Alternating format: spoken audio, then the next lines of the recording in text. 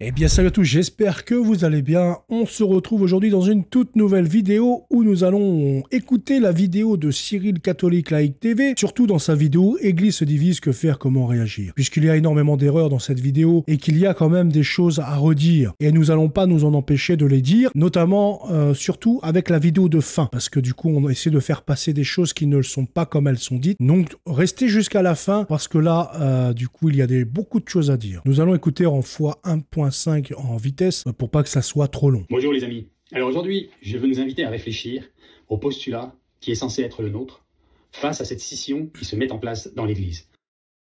Face à cette scission qui se met en place dans l'Église. Comme si c'était la première fois de l'histoire que des scissions existaient au sein de l'Église. À une époque très récente, il y avait des scissions avec des modernistes. Donc c'est pour ça que certains papes ont écrit des choses dures contre le modernisme. Donc ça ne date pas d'aujourd'hui. Et puis avec Luther, etc., les Ariens, les machins, des scissions, il y en a toujours eu, ça ne date pas d'aujourd'hui. Avant d'aller plus loin, je vous invite à bien regarder la vidéo que je vous mets en fin de cette présentation, que j'ai déjà diffusée il y a quelques jours, mais je ne l'avais pas annoncée en début de vidéo, donc beaucoup sont passés à côté. Donc cette vidéo va vous choquer, mais elle est censée vous choquer. Alors la vidéo dont il parle, c'est celle à la fin, qu'on va voir à la fin, et que je vais expliquer 2-3 trucs à ce sujet. D'ailleurs, cette vidéo date des JMJ, donc de 2023, ça fait plus d'un an déjà, ça a fait un an cet été, donc il est un petit peu en retard, cet ami Cyril Catholique. Si elle ne vous choque pas, c'est qu'il y a un problème. En effet, parce que vous allez voir des choses qui se passent dans l'Église, qui sont laissées faire par le magistère actuel, et qui n'ont pas lieu d'être. Et vous allez voir comment le malin avance, vraiment à grands pas désormais. J'y reviendrai en fin de description de celle-ci. Alors le postulat, notre postulat, christocentré, face à cette situation sans précédent. Le postulat christocentré, face à cette situation. Écoutons ça. Précédente, qui est celle de la fin des temps, où la fumée de Satan est... Celle de la fin des temps. Alors comment ce Cyril sait que nous sommes dans la fin des temps? Normalement, à la fin des temps, il y a une grande apostasie. Sauf que ce qu'on voit aujourd'hui, c'est une augmentation des baptêmes, que ce soit en France, que ce soit dans le monde, des baptêmes adultes, des baptêmes enfants. Je ne vois pas le signe d'une grande apostasie ou qu'on soit dans la fin des temps. Est entré dans l'Église et créé cette scission, a fait germer à l'intérieur du magistère, à l'intérieur des enseignants que sont le pape, les évêques et les cardinaux, bien sûr, et en conséquence les prêtres de nos paroisses, a créé cette scission qui est déjà là en fait. Elle n'est pas nommée, elle n'est pas dite, mais dans toutes les paroisses de France et du monde, il y a une scission aujourd'hui. Il y a, si vous demandiez encore une fois à la sortie de la messe ce qu'est la foi catholique à chacun, vous auriez autant de définitions quasiment qu'il y a eu de fidèles pendant la messe. Pourquoi? Parce que le catéchisme de l'Église catholique n'est plus enseigné aujourd'hui, le véritable catéchisme. On dit qu'on fait du catéchisme, il y a des horaires pour le catéchisme. Ça, c'est vrai et c'est pas vrai à la fois, puisque des cours de catéchisme, il y en a encore qui sont donnés par d'excellents prêtres. Nous pouvons voir par exemple toutes les séances de l'abbé Horowitz, toutes les séances de l'abbé Laguérie, donc des cours de catéchisme, il en reste. Qu'il y ait certains prêtres qui donnent des cours de catéchisme très niais, très faibles, bien sûr que oui, ça existe. Mais de là à mettre tous les cours d'enseignement catéchisme dans ce sac-là, c'est clairement une erreur volontaire. Mais qu'est-ce qui est enseigné? Sinon, alors qu'il donne des stats sur ce qu'il est en train de nous dire. Est-ce que le catéchisme de l'Église catholique est dans les mains des catéchistes? Vous voyez? Je vais y revenir. Mais le postulat qui doit être le nôtre, c'est le postulat du Christ, en effet. Je vous donne pour illustrer cette image. Imaginez que nous sommes dans un train, que l'Église catholique est un train qui est dans le monde. Mais ce train est protégé, est isolé du monde, de l'extérieur, par la foi et la tradition catholique. Et c'est le cas depuis 2000 ans. Il y a eu des attaques comme toujours. Sauf que la fumée de Satan qui est entrée dans l'Église catholique peut être comparée justement dans cette illustration à une fumée qui rentre dans le train par les fissures. Et là, s'est installée cette odeur nauséabonde qui va venir polluer le magistère installé dans l'Église, dans les wagons. Elle grandit à travers le temps, puisqu'elle prend son temps, puisqu'elle prend ses racines dans l'invisible, dans l'éternité qu'est la vie spirituelle. Donc elle a le temps. Son but n'est... Le temps, oui et non, puisqu'on sait que le temps est compté pour Satan. À la fin, c'est lui qui perd. Donc le temps, est-ce qu'il a le temps? Non, pas forcément. Pas dans nos vies nécessairement au niveau ponctuel, mais plus au niveau des dégâts que le malin veut faire, ou peut faire, dans l'éternité. Donc revenons à cette fumée, elle s'est installée depuis un moment, puisque Paul VI nous en parlait déjà, je crois que c'était en 62. La fumée a grandi. Alors la fumée, comme il le dit, certes, Paul VI en a parlé, mais avant lui, Léon XIII, en 1884, donc nous sommes vraiment très loin de Vatican II et de Paul VI, parle déjà de l'Église épouse de l'agneau immaculé, la voici saturée d'amertume et abreuvée de poison. Par des ennemis très rusés, ils ont porté leurs mains impies sur tout ce qu'elle désire de plus sacré. Là où fut institué le siège du bienheureux Pierre et la chaire de la vérité, là, ils ont posé le trône de leur abomination dans l'impiété, en sorte que le pasteur étant frappé, le troupeau puisse être dispersé.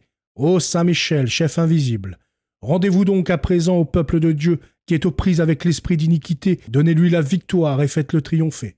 Donc là, nous pouvons voir très clairement que dès 1884, Léon XIII se rend compte du problème au sein de l'Église. Donc ces fumées ne datent pas de Paul VI, ne datent pas de Vatican II, mais datent depuis toujours finalement.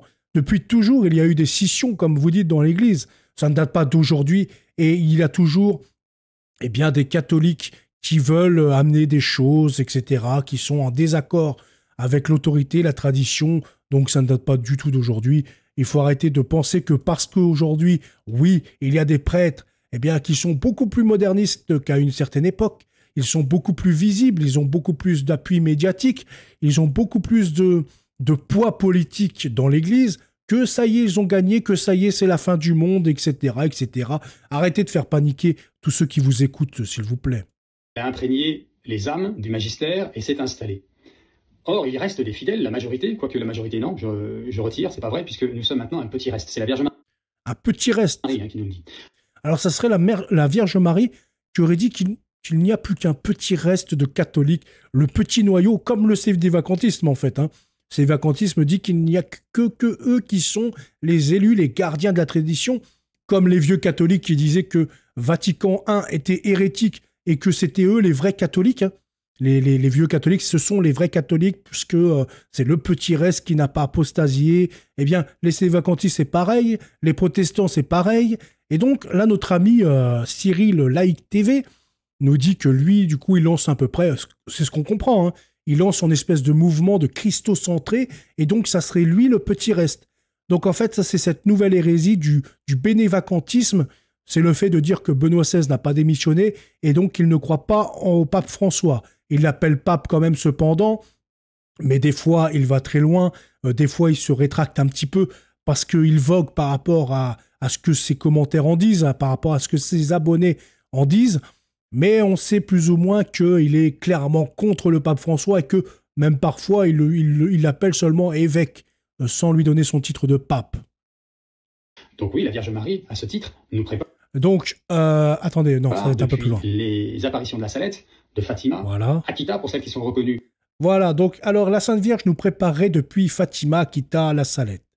Prenons maintenant de la seconde version du Secret, confiée à Mélanie, publiée le 15 novembre 1879, où la Vierge aurait dit « Le Saint-Père souffrira beaucoup.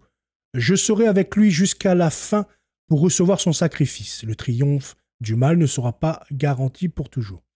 Les gouvernements civils auront tous un même dessein, qui sera d'abolir et de faire disparaître tout principe religieux pour faire place au matérialisme, à l'athéisme, au spiritisme. » Donc là, on est clairement encore dedans. La France, l'Italie, l'Espagne et l'Angleterre seront en guerre. Le français se battra avec le français, l'italien avec l'italien. Ensuite, il y aura une guerre générale qui sera épouvantable. Pour un temps, Dieu ne se souviendra plus de la France ni de l'Italie, parce que l'évangile de Jésus-Christ n'est plus connu. Les méchants déploieront toute leur malice, on se tuera, on se massacrera mutuellement jusque dans les maisons. Plusieurs grandes villes seront ébranlées et englouties par des tremblements de terre. Le précurseur de l'Antéchrist fera son apparition et voudra être vu comme le nouveau Dieu. Jusqu'à maintenant, on n'y est pas. J'ai pas vu d'Antéchrist faire son apparition et se faire passer pour un nouveau Dieu.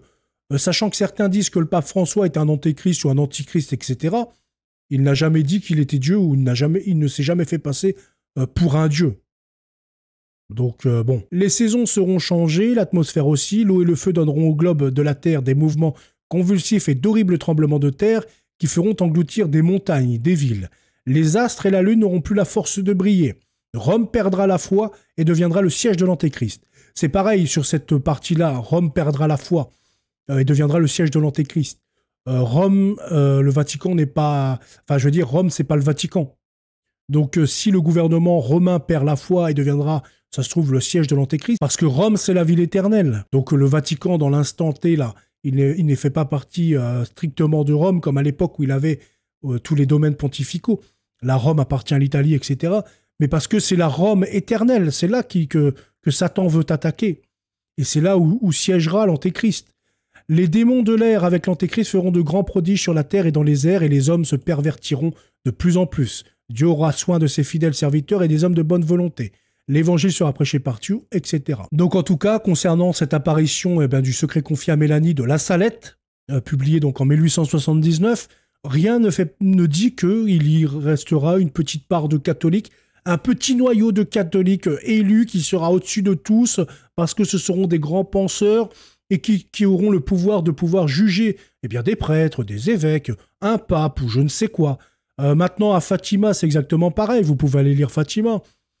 Qu'est-ce qu'elle dit, Fatima? Elle demande surtout des récitations quotidiennes du chapelet pour éviter la guerre, parce que c'était la guerre, ou obtenir la paix, la conversion des pécheurs, réparer les offenses au cœur immaculé de Marie, la communion réparatrice des premiers samedis du mois. Le Saint-Père devra consacrer la Russie au cœur immaculé de Marie pour éviter que se répandent ces erreurs. D'ailleurs, cette demande de consécration aura été faite avant Vatican II. Et pour autant, les papes de cette époque-là ont refusé de consacrer la Russie au cœur immaculé de Marie. Et donc, la Russie a répandu ses erreurs. Donc, en quelque sorte, Vatican II, en fait, c'est la réponse au refus d'avoir consacré la Russie au cœur immaculé de Marie. Donc, c'est la faute des prêtres d'avant Vatican II que nous en sommes là, en fait. C'est en quelque sorte leur faute, puisque la Russie, alors, à la fin, elle ne s'est pas convertie, et elle a répandu toutes ces erreurs, avec l'URSS, le communisme, etc. Donc, voilà, on peut trouver des racines ici également. Alors que, à l'inverse, je crois que c'est donc c'est à Fatima, où il est dit que seul le Portugal gardera la vraie foi. Aujourd'hui, le Portugal est catholique, il est soumis au pape François. Il n'est pas sédévacantiste, il n'est pas bénévacantiste, il n'est pas je ne sais quoi, il reste catholique. Et c'est la Sainte Vierge, de manière infaillible, puisque Fatima est reconnue, qui dit que le Portugal gardera toujours la vraie foi. Donc fixez-vous sur le Portugal. Et pourquoi? Parce qu'on peut voir qu'en 1931, quand l'épiscopat portugais, au complet sous la présidence du cardinal Cerejeira, patriarche de Lisbonne, en présence du nonce apostolique, consacre officiellement le Portugal au cœur immaculé de Marie devant plus de 300 000 pèlerins. Et le Portugal sera le seul pays d'Europe à ne pas souffrir de la Deuxième Guerre mondiale. Et maintenant, nous pouvons voir aussi Akita. Akita, qu'est-ce que la Sainte Vierge dit? Comme je vous l'ai dit, si les hommes ne se repentent pas et ne s'amendent pas par eux-mêmes, le Père infligera un châtiment terrible à toute l'humanité. Ce sera un châtiment plus grand que le déluge, comme on n'aura jamais vu avant. Un feu tombera du ciel et fera disparaître une grande partie de l'humanité, les bons comme les mauvais, n'épargnant ni les prêtres ni les fidèles. Les survivants se retrouveront si désolés qu'ils envieront les morts. Les seules armes qui vous resteront seront le rosaire et le signe laissé par mon fils chaque jour, réciter les prières du rosaire. Voilà, elle ne parle pas d'un petit reste non plus. Elle dit que le mal touchera aussi bien les bons que les méchants. L'heure de la récolte, c'est le bon ivraie comme le mauvais ivraie.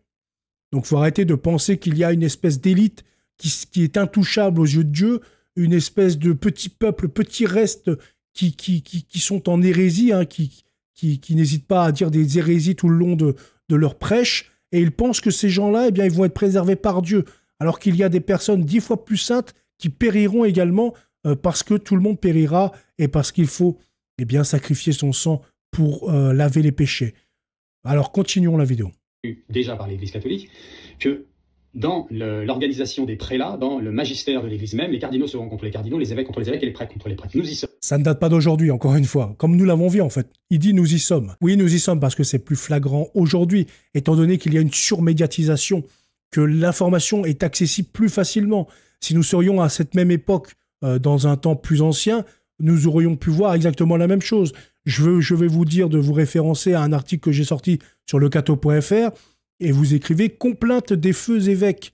Vous allez voir qu'ils se plaignent de la même chose d'aujourd'hui, alors que ça date du 15 ou 16e siècle, je ne sais plus, ou 17e siècle.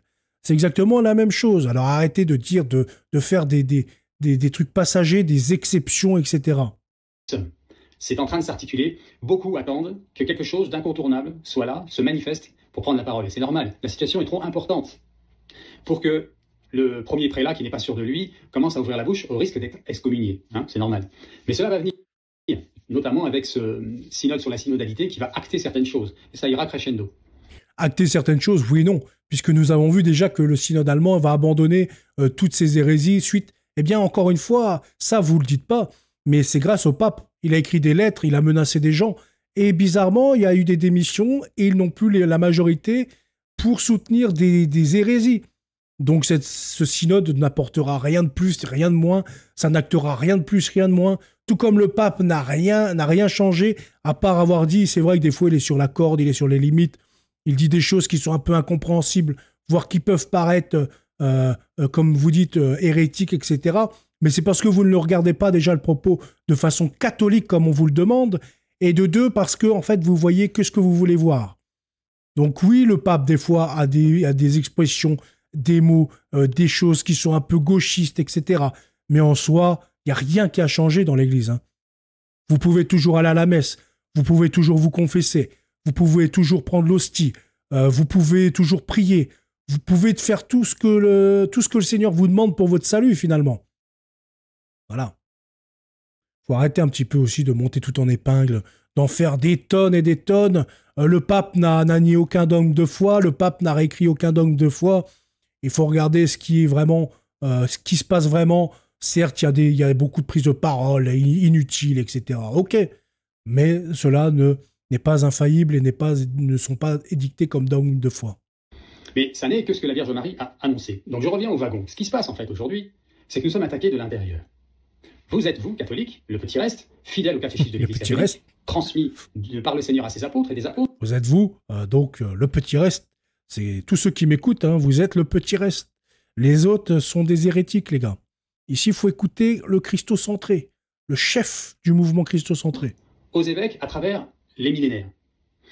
Or, aujourd'hui, de l'intérieur vient un discours qui se veut moderniste, qui se veut vouloir s'adapter au monde et changer cette tradition, et repousser d'un revers de la main cette tradition. Et c'est le cas aujourd'hui.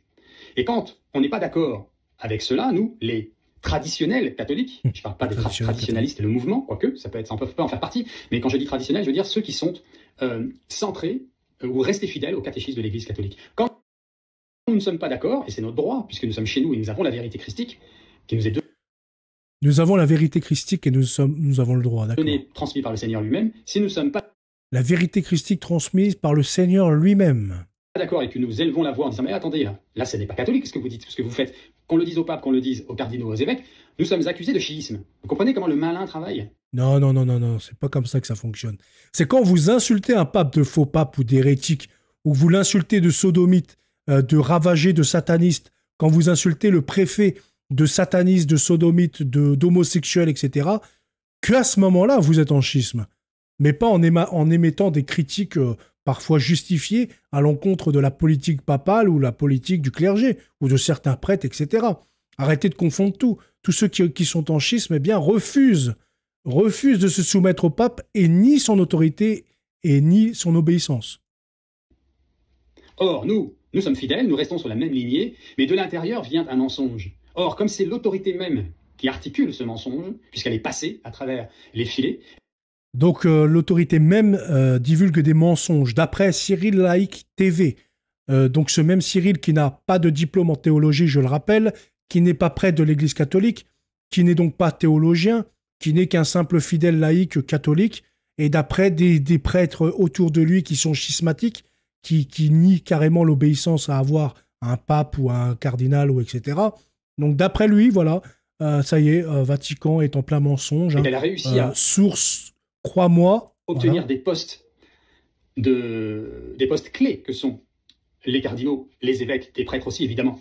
Et personne ne vous empêche, Cyril, d'aller vous présenter au séminaire, de devenir prêtre ou d'inciter des gens à le faire pour prendre également le pouvoir. Sauf que là, ce que vous faites, c'est que vous videz les églises, tout comme les CD-vacantistes le font, tout comme certains de la FSSPX le font également. Vous videz l'Église catholique de ses forces vives et elle ne se retrouve qu'entre modernistes finalement. puisque tout le monde se barre et ils vont dans des chapelles à gauche, à droite, ou alors se disent que on peut prier dans sa chambre, demander pardon, un peu comme les protestants, et ça y est, on sera sauvé, etc. Parce que tu vois, ouais, là actuellement c'est un peu chaud, Seigneur, t'as vu, lui il dit ça, machin. Vous croyez quoi que le Seigneur va vous dire, ouais, t'as raison, mon fils. Surtout, surtout désobéis à l'Église, désobéis au pape, va dans ta chambre, confesse-toi comme ça à genoux. Non, non, vous faites erreur. Pourquoi pas le pape? Eh bien, de fait, là, il y a un chamboulement parce qu'on est confronté à cette fameuse obéissance qui fait partie de la tradition. En effet, le Seigneur le veut. Il veut cette obéissance, il veut un ordre. Mais le malin a tellement été malin grâce à l'apostasie des âmes, grâce au fait qu'il n'y avait pas assez de prières demandées par la Vierge Marie pourtant depuis des dizaines et des dizaines d'années. Je parle du chapelet. Oui, ça c'est vrai. Un grand malheur allait arriver sur nous. Ça c'est vrai que le manque de prière a fait en sorte cette chose-là. Et donc cette consécration également d'avant Vatican II qui n'a pas été faite a été également un élan propice aux forces du mal. Le grand malheur est là. Le manque également de prière et de chapelet. Et encore, ça n'est que le début. Donc, le cas aujourd'hui, c'est en train de changer la vérité. Changer la vérité, je vois pas nous, ça, non, mais bon. Nous sommes dans une situation entre le marteau et l'enclume où on nous accuse de ne pas vouloir suivre, de désobéir, alors que, premièrement, alors justement, je vais revenir justement de quelle manière il faut le faire. Comment faut-il réagir? Parce qu'il n'est pas question de désobéir pour désobéir ou d'accuser pour accuser. Il est question de rester catholique et de dire non. C'est tout. Et il ne faut pas rentrer dans la colère ou dans la bagarre. Eux nous attaquent. Quelle est notre réponse? Eh bien, notre réponse, elle doit être celle du Christ à l'imitation de Jésus. Or, sa réponse à lui, c'est souvent le silence et laisser faire. Le silence et laisser faire. Bah alors pourquoi vous faites des vidéos? Taisez-vous alors. C'est strictement rien de faire des vidéos. Mais ça, c'est à défaut de se mettre en colère, de vilipender l'adversaire qui est entré dans nos frères. Mais l'adversaire qui est entré en nos frères. Donc du coup, d'après lui, seul son petit noyau est donc catholique. Tout le reste, ce sont des catholiques possédés par le démon. Voilà, c'est ce qu'il nous dit en fait, en gros. C'est ce qu'il nous dit. Le reste est possédé en fait. Donc, dans la mesure du possible pour ceux qui le peuvent, parce que tout le monde n'en est pas, j'allais dire capable, ou plutôt tout le monde n'est pas armé pour cela, en capacité de pouvoir répondre, parce qu'on n'est pas tous exacts. Nous sommes tous pécheurs d'enseignement. Et que c'est ce qui regroupe la vérité que tout prélat, pape, cardinal, évêque ou prêtre, c'est ce qui nous sauve. On va essayer d'avancer un petit peu parce que nous sommes chez nous, nous sommes catholiques, apostoliques romains, et nous avons le catéchisme de l'Église catholique qui est le même hier, aujourd'hui et demain. Maintenant, le même hier, aujourd'hui et demain. Pourquoi il y a des révisions tous les siècles alors? Un autre discours arrive, un autre évangile, avec des vérités de... Un autre évangile arrive. Alors il va falloir que vous nous donniez le livre qui arrive, cet évangile-là nouveau. Je ne l'ai pas vu encore passer. Parce que le malin utilise 80% de vérité pour imposer ses 20%. Mais en fait, ce qu'il est en train de dire, c'est ce qu'il est en train de faire, en fait. Il est en train de nous dire, oui, il impose 80% de vérité pour mettre 20%. C'est exactement ce qu'il est en train de faire. Il impose, il donne des vidéos de vérité sur certains sujets, etc. Mais à côté de ça, il va donner la parole à des prêtres schismatiques, à des prêtres hérétiques. Donc ça, c'est clairement Satan, puisque c'est du schisme, c'est de l'excommunication, etc. C'est des fausses prophéties, des faux trucs qui vous font noircir votre âme. Et il se fait passer donc pour un vrai catholique. Là, en fait, il fait de la psychologie inversée. Ce qu'il est en train de dénoncer, c'est ce qu'il fait actuellement, en fait. De mensonges qui va venir empoisonner, en fait, la pomme, qui va venir empoisonner l'Église, les membres de l'Église. Alors, en présentant leurs 80% de vérité, on va tous se regarder et dire, mais oui, mais il dit la vérité, là. Le pape, le cardinal, l'évêque. Mais dedans, il y a 20% de mensonges. Voilà comment le malin avance. Parce que là, ce qu'il dit, en fait, c'est que le verset de la Bible qui dit que le Seigneur fera en sorte que l'Église ne défaille jamais et que Pierre ne défaille jamais, là, en fait, on le met à la poubelle. Puisque d'après lui, ça y est, le diable a pénétré, donc a possédé le pape, a possédé les évêques, etc. Tout le monde est possédé là-dedans.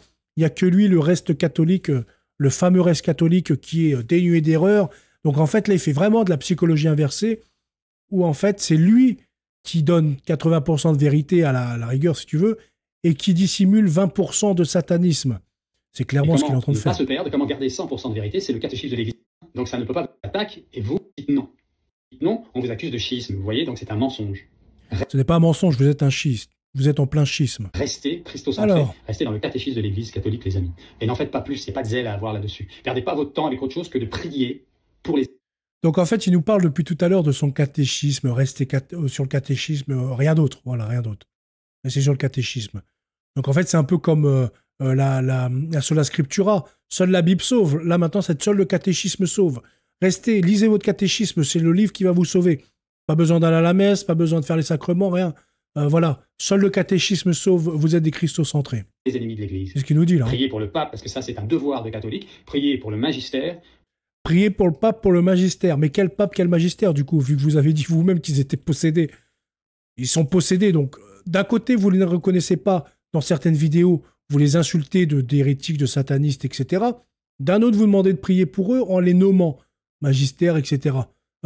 Soyez honnête avec vous, soyez sincère et dites tout simplement qu'il n'y a plus de pape, qu'il n'y a plus d'évêques légitimes comme les sédévacantistes, en fait.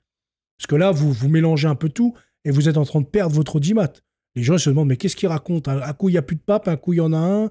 Que vous priez pour lui, ok, on prie pour nos ennemis, ok. Mais il n'y a plus de pape, du coup. Enfin, pour nos prélats, pour les prêtres, tous les jours. C'est un devoir de catholique. Voilà, les amis. Je vous invite à regarder cette vidéo qui est choquante. Vous allez voir. Maintenant, nous allons voir la vidéo choquante. Comment les platines, tous les symboles d'auteur qui bloquent la vidéo, tout simplement. Vous allez voir.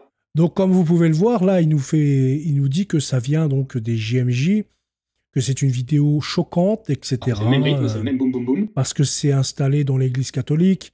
Il dit également qu'il a changé la musique, donc qu'on va entendre pour des questions de droit d'auteur, ce que je peux entendre, hein, pas de problème. Et qui nous élève, à défaut de... Parce que certaines musiques nous abaissent alors que d'autres nous élèvent. La techno qui, elle, nous fait descendre dans nos sens. Voilà les amis, je vous laisse là-dessus, prions. Marie, qui avons recours à vous. Alors voilà. Au nom du Père, du Fils et du Saint-Esprit. Amen. Amen. Soyez bénis de Dieu les amis.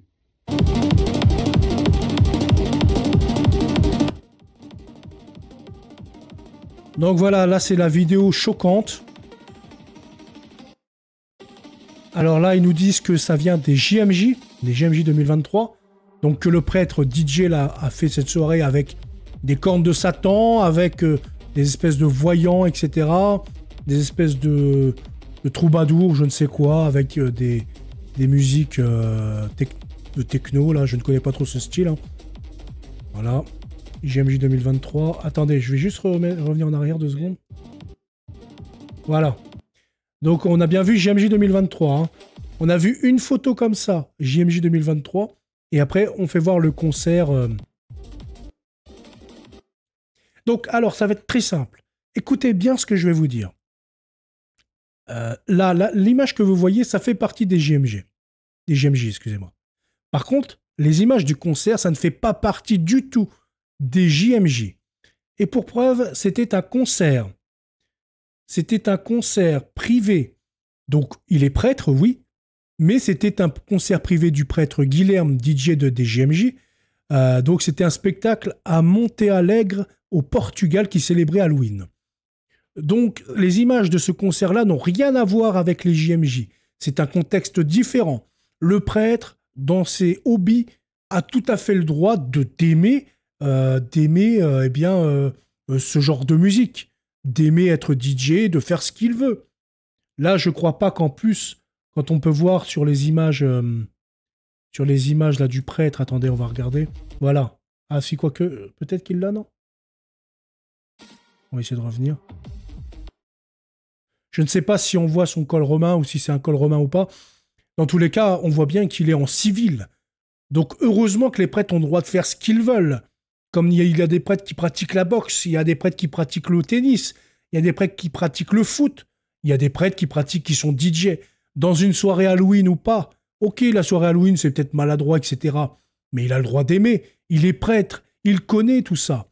Et puis, en plus, dans cette occasion, c'est une occasion de rencontrer des gens qui ne sont pas catholiques, de pouvoir à la fin rester leur expliquer que Satan existe, que ce genre de choses, ce truc-là, ce machin-là, il faut se méfier, leur apporter de l'aide catholique, leur montrer, etc. Là, ce n'est que des images, que du symbolisme. C'est dans un cadre privé. Les personnes qui sont là sont, je ne pense pas, soit tous catholiques, ou alors il doit y en avoir. Mais il y a certains pays, comme au Mexique par exemple, c'est très catholique, et pourtant il y a cette culture un petit peu d'horreur, cette culture de trucs, etc. C'est peut-être différent de notre culture à nous, française ou européenne, certes, mais c'est pas pour autant que parce que ce prêtre, dans un cadre privé, a été DJ dans une soirée Halloween, que ça y est, Vatican a accepté, le pape a accepté, etc.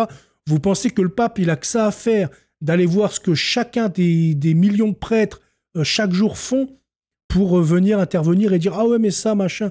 Vous pensez qu'ils ont que ça à faire, sérieusement, de vérifier si celui Que vous le dénonciez parce que vous trouvez ça limite ou voire voilà, satanique, je veux bien l'entendre. Mais ça regarde le prêtre, ça regarde pas ni Vatican, ni le pape, ni les JMJ. C'est complètement différent. Donc voilà, c'est ce que je voulais dire à ce sujet-là. Et donc on voit bien la tromperie. On voit bien la tromperie de Cyril Like TV qui n'a pas fait le travail, hein, puisqu'il présente la vidéo en étant la même chose, donc ça provient des JMJ, sans donner de contexte, sans rien. Donc voilà le contexte. Il y a les JMJ et il y a le concert privé Halloween qui ne regarde que le prêtre et sa personne. Hein. Après, c'est entre lui et le Seigneur Jésus-Christ. C'est pas pour autant que c'est une promotion, il promue rien du tout. Il fait juste son hobby et puis ça le regarde.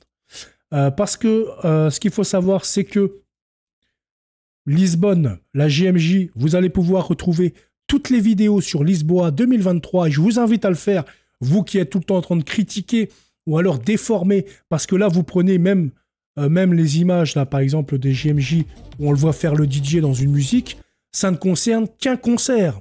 Sur toutes les journées des JMJ, ça concerne qu'une de 45 minutes à 1 heure ou 2 heures peut-être.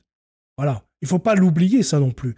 À côté de ça, il y a eu énormément de beaux concerts, de belles messes, d'énormément de choses.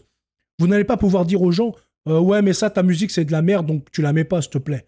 Parce qu'il y a des personnes qui ont horreur de l'orgue, qui ont horreur des chants grégoriens, ou alors horreur du métal, horreur du rock, horreur du rap. Les goûts et les couleurs sont différents. Là, ce sont les JMJ. Donc là, c'est pour la jeunesse du monde. Qu'ils soient catholiques, chrétiens, protestants ou athées. C'est pour un regroupement de jeunes. Mais à côté de ça, vous avez donc, ce qui est normal, des concerts qui sont là bien pour que tout le monde apprécie. Mais il n'y a pas que ça. Vous allez pouvoir voir, je vous invite à le faire. Là, je ne vais pas pouvoir vous les montrer parce que à cause des droits d'auteur. Mais je vous invite, par exemple, à aller voir tous les concerts. Ce sont des magnifiques concerts. L'ouverture, les prières, toutes les œuvres qui ont été faites. Ça montre cette chrétienté. Vous allez voir, il y a des vidéos qui sont magnifiques. Et là, vous nous montrez 0,5% du problème. Certes, même s'il était DJ, etc., ok, à la rigueur, c'est peut-être maladroit. Mais il n'y a rien eu de satanique durant les JMJ. Et lui, le prêtre n'a fait que diffuser de la techno. Eh bien, c'est un style musical que certains apprécient et d'autres non. Par exemple, moi, pour me concentrer, je vais peut-être vous choquer, mais je préfère écouter du bon rock métal. Par exemple, le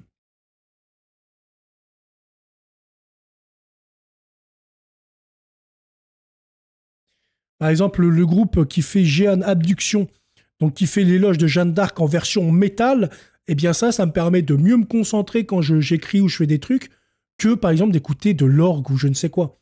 Parce que ce n'est pas ma sensibilité. Et ça ne veut pas dire que ça m'abaisse. Au contraire, ça m'élève et ça me permet bien de prier, de faire des choses, de m'élever en fait. Donc arrêtez de critiquer ce que l'un, machin, l'autre et tout. C'est bon, c'est pas comme ça que vous allez pouvoir évangéliser tout le monde. Certains vont dire oui, mais la musique, gna gna gna, messe, tradition, etc. Là, c'était pas dans des questions de messe en plus, durant les JMJ. C'était des concerts qui étaient en plein air. Ça n'avait rien à voir, c'était pas pendant des moments de messe en plus.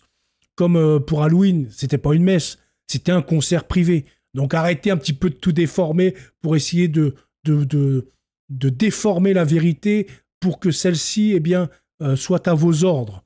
Pour critiquer et salir l'Église catholique, le pape et tous les évêques, les cardinaux, les prêtres, les diacres, les religieuses, etc. Tout l'ensemble du clergé. En tout cas, j'espère que cette vidéo vous aura plu. Je vous souhaite une très bonne journée. À bientôt. Salut.